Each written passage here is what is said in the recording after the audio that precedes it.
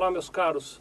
Vamos conversar um pouquinho sobre a equivalência patrimonial e algumas pequenas alterações que foram introduzidas nessa questão pela nova Lei 11.638 e Lei 11.941, que implantaram no Brasil os padrões internacionais de contabilidade previstos pelo IFRS.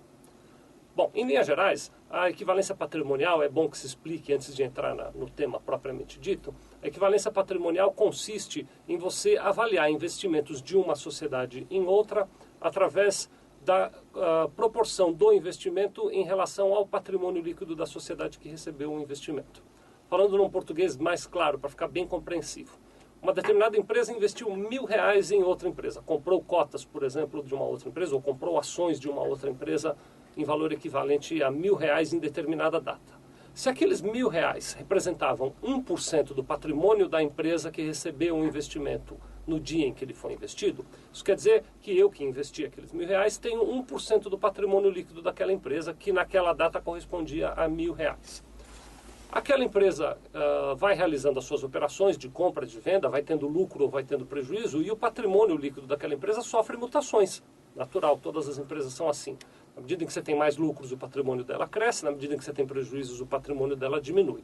O fato é que, quando eu vou fazer o meu balanço e vou demonstrar um investimento, existem duas possibilidades. Ou eu apresento R$1.000 como valor do investimento, que foi o valor que eu de fato coloquei na sociedade, ou eu posso apresentar 1% do patrimônio da sociedade que recebeu o investimento, e não R$1.000. Eu pego a data do meu balanço, pego o balanço daquela sociedade na mesma data, calculo 1% do patrimônio líquido e trago para a minha contabilidade, porque eu tenho 1% do patrimônio daquela empresa.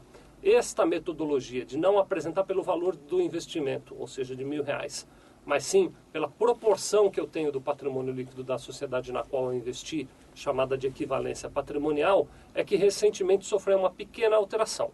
Anteriormente eram obrigatórios a utilização das metodologias de equivalência patrimonial para as empresas dentro de um certo critério.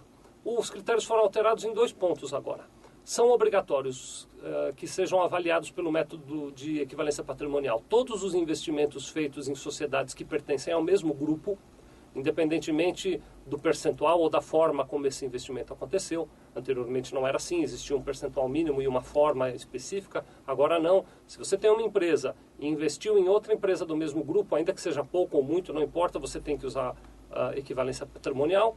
E outro critério que foi alterado é que antes só deviam estar sujeitas à equivalência patrimonial os investimentos que eram relevantes dentro da sua contabilidade. Agora não é mais assim, o critério de relevância não é mais considerado para determinar a utilização da equivalência patrimonial. Muito obrigado.